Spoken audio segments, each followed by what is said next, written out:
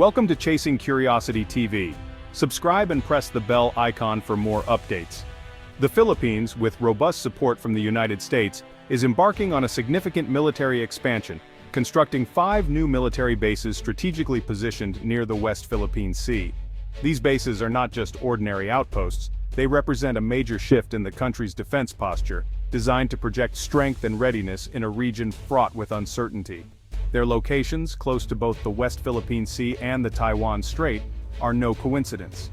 These outposts are a direct response to rising tensions and growing concerns over territorial integrity and regional stability.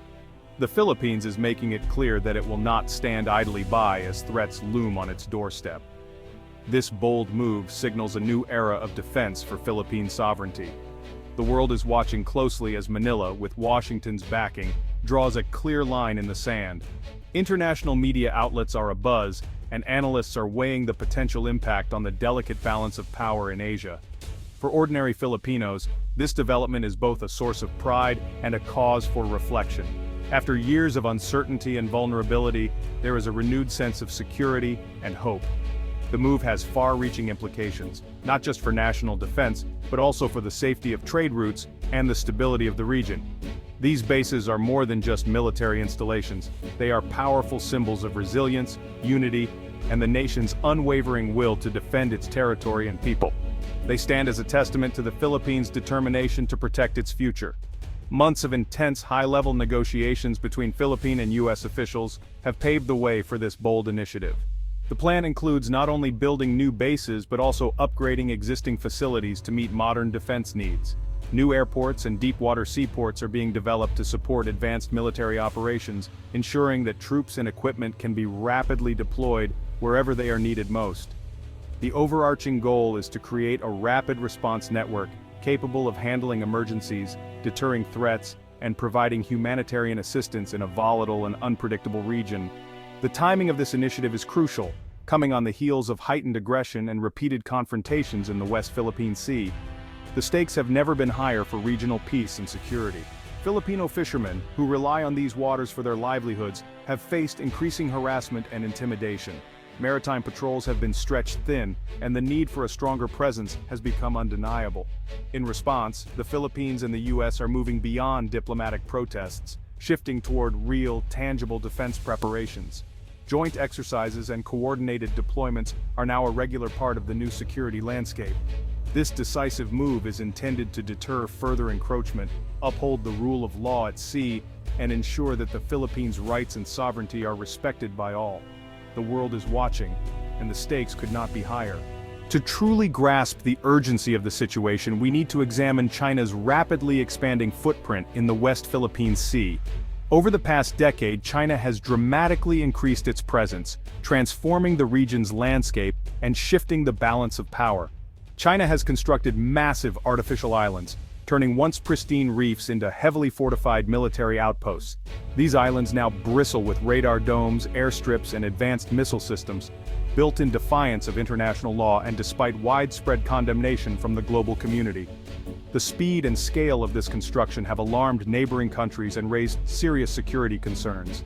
This relentless expansion has led to constant tension and instability in the region. Standoffs between Coast Guard vessels are now a regular occurrence, with each side asserting its claims and refusing to back down. Filipino fishermen who have relied on these waters for generations now find themselves blocked from their traditional fishing grounds. Many are chased away or harassed by Chinese Coast Guard vessels, threatening their livelihoods and safety. These incidents are not isolated. They are part of a broader, calculated strategy by China to assert control over the entire sea, gradually pushing out other claimants and establishing dominance. While China insists its activities are peaceful and defensive, the ongoing militarization of these islands tells a very different story. The deployment of military aircraft and missile launchers signals clear intentions to project power and deter any challenge. Adding to the complexity, China employs a maritime militia, civilian vessels that operate alongside the Coast Guard and Navy. This blurs the line between civilian and military, making it difficult for other nations to respond without risking escalation. This creeping expansion is changing the facts on the water, one reef at a time. Each new outpost strengthens China's grip, making it harder to reverse these changes and restore the status quo. The West Philippine Sea is not just a regional flashpoint, it's a vital artery for global trade.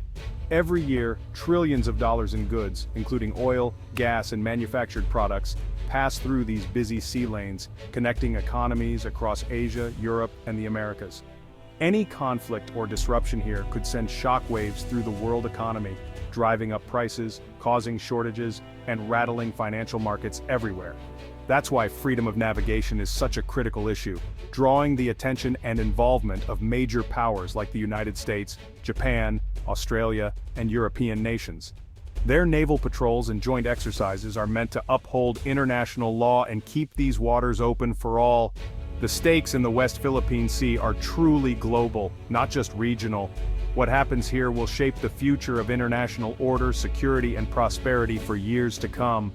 Facing mounting pressure, the Philippines has revitalized its alliance with the United States. This partnership is now stronger and more focused than it's been in decades. The joint strategy includes more military exercises, joint patrols, and intelligence sharing. The goal: seamless cooperation in any scenario. Exercises like Balakatan have grown, simulating real threats and testing new defense concepts. The U.S. is helping modernize the Philippine Armed Forces, shifting focus from internal to external defense. New warships, fighter jets, and surveillance systems are being acquired.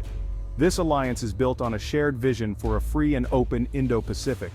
The joint base-building plan is a tangible commitment to deterrence, not provocation. By raising the cost of aggression, the alliance aims to prevent conflict. It's a defensive shield for the region. Subic Bay, once a major U.S. naval base and a linchpin of American power projection in Asia, is being reborn as a strategic hub for the Philippines and its allies. Its storied past echoes in the present, as the bay reclaims its role at the center of regional security dynamics. The bay's deep-water harbor, extensive piers, and robust infrastructure make it uniquely suited for both air and sea operations. Subic's facilities can accommodate the largest naval vessels and modern military aircraft, providing unmatched flexibility for rapid deployment and sustained operations. For years, Subic thrived as a commercial freeport, driving economic growth and trade. Now it's finding a new balance, serving as a vital economic engine while also supporting national security objectives. The port's bustling activity is matched by a renewed sense of purpose. Ongoing upgrades are transforming Subic into a modern military logistics hub. Soon, even the largest warships and transport planes will be able to operate seamlessly here, ensuring that forces can be deployed quickly in times of crisis or need. Subic's strategic location, just a short distance from the West Philippine Sea, dramatically shortens response times to flashpoints like Scarborough Shoal. This proximity allows for faster patrols, quicker humanitarian missions, and a stronger presence in contested waters. The bay is poised to serve as a staging ground for maritime patrols and a safe harbor for Allied fleets. Its sheltered waters and modern facilities make it an ideal base for both peacetime operations and crisis response. This revitalization fundamentally alters the strategic calculus for any potential aggressor, signaling that the Philippines is prepared to defend its interests and support regional stability. Revitalizing Subic isn't just about defense, it's also an economic catalyst. The transformation brings new jobs, attracts investment, and enhances logistics for both military and civilian sectors, creating opportunities for local communities and businesses alike. This dual-use approach strengthens both national security and economic development, demonstrating how military and civilian interests can work hand in hand for mutual benefit. Subic stands as a model for how defense modernization and economic growth can be integrated, offering lessons for other regions facing similar challenges. Today, Subic is a powerful symbol of the Philippines' renewed strategic resolve and its commitment to safeguarding sovereignty. The transformation is not only a deterrent to external threats, but also a source of pride and opportunity for local communities, inspiring hope for a more secure and prosperous future.